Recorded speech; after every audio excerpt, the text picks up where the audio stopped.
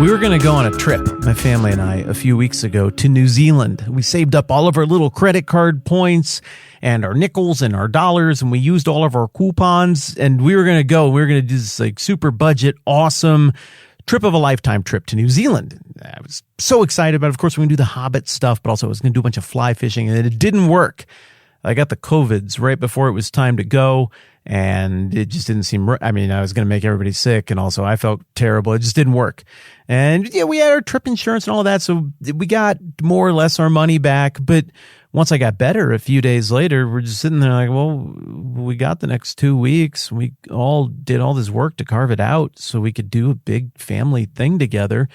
We should still go somewhere. So we sat down at the computer, and we used Google Flights, and we just searched the rapid city to anywhere on Earth.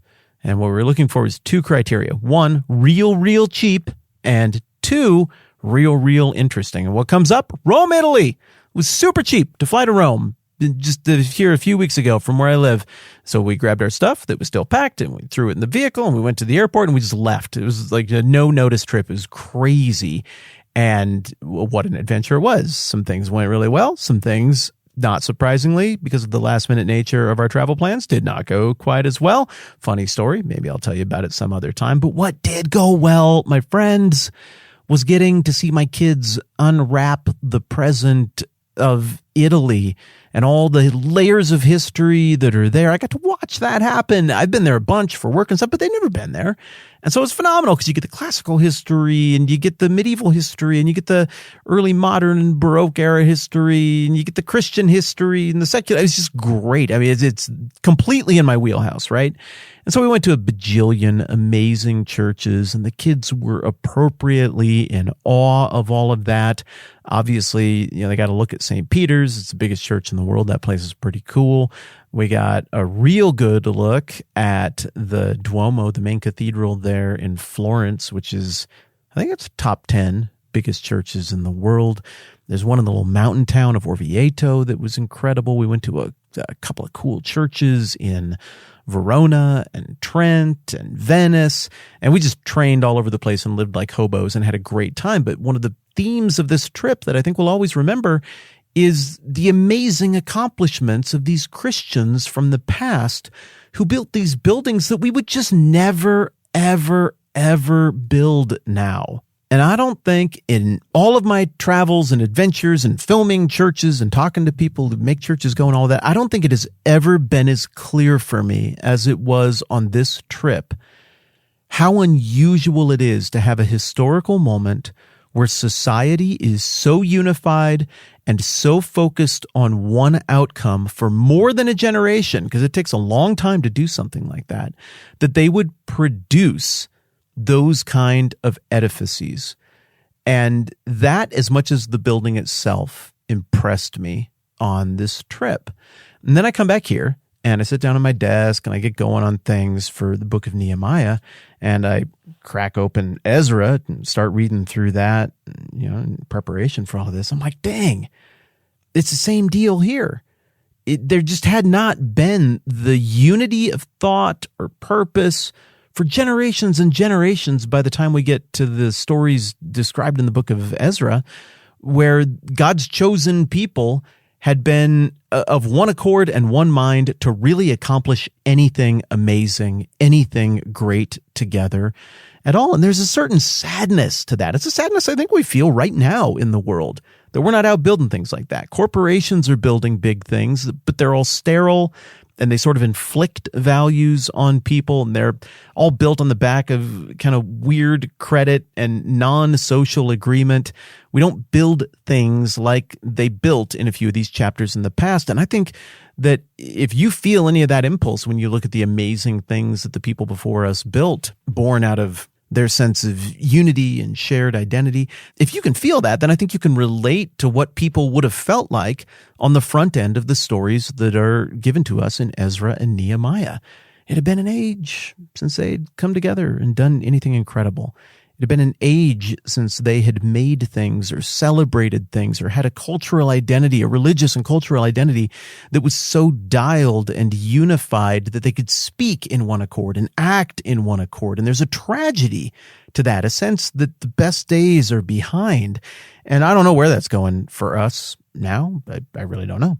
But back then, I'm sure there was a sense of discouragement, like, well, the best days that are behind us are the days that remind us of God's promise to redeem everything, for us to be his people and for him to be our God. And where do we go from here? And so when you turn the page from the end of 2 Chronicles to the beginning of Ezra, there is this renewed tone, especially if you just got done reading through the whole Old Testament. There's this fresh tone of hope and optimism. Like, whoa, wait a second. This seemed like it was all on a glide path down into Crashville. And now all of a sudden, there's a bit of an uptick here. There's some optimism here. At the end of 2 Chronicles, it sounds like everything's going to end up bad because the southern kingdom has now been conquered, 586 BC, by Nebuchadnezzar. The northern kingdom is long since gone, hauled into captivity by the Assyrians, and then basically bred and distributed and killed and enslaved out of existence. It just looks like everything is ruined. But then right at the end of 2 Chronicles, which is the book that immediately precedes Ezra and Nehemiah, it says this, final verses, 2 Chronicles 36:22 and forward. In the first year of Cyrus, king of Persia, in order to fulfill the word of the Lord spoken by Jeremiah, the Lord moved the heart of Cyrus, king of Persia, to make a proclamation throughout his realm and to put it in writing. This is what Cyrus, king of Persia, says. The Lord, the God of heaven, has given me all the kingdoms of the earth, and he has appointed me to build a temple for him at Jerusalem in Judah.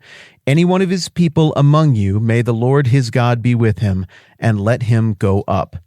And that's where it leaves off. This open-ended thing.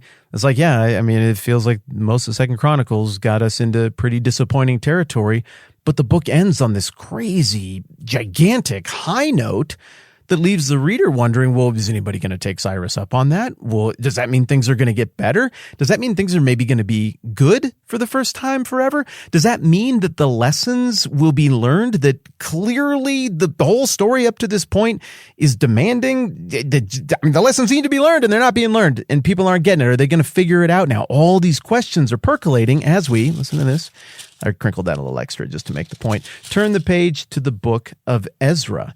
And it picks up exactly where things leave off at the end of 2 Chronicles, diving right into that question of, will there be enough unity, enough accord among the people, enough shared vision of personality, of style, of culture, of religious faith, that they can rekindle something and go and take advantage of this opportunity that has been laid up in front of them by Cyrus and, according to the text, by God himself. This is how Ezra 1 opens.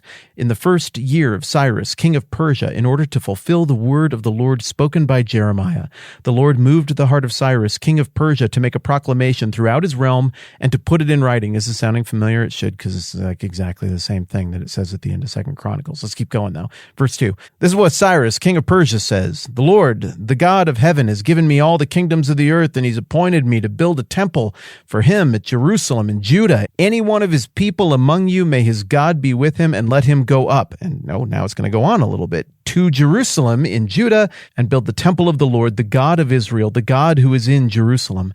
And the people of any place where survivors may now be living are to provide him with silver and gold, with goods and livestock, and with freewill offerings for the temple of God in Jerusalem.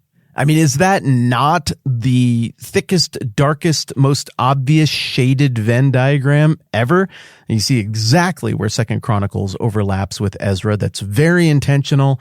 The author of Ezra, who may also be the author of 2 Chronicles, and it's possible, clearly wants you to know we are picking up exactly where this story left off last time around. And anybody with any common sense who just got done reading 1st and 2nd Chronicles is going to come in to Ezra saying, well, all the hurdles are removed. After the first 4 verses of Ezra with the extended proclamation of Cyrus, now we know that this thing is funded. We know that it's backed by the great King of Kings. We know that resistance to this rebuilding is prohibited.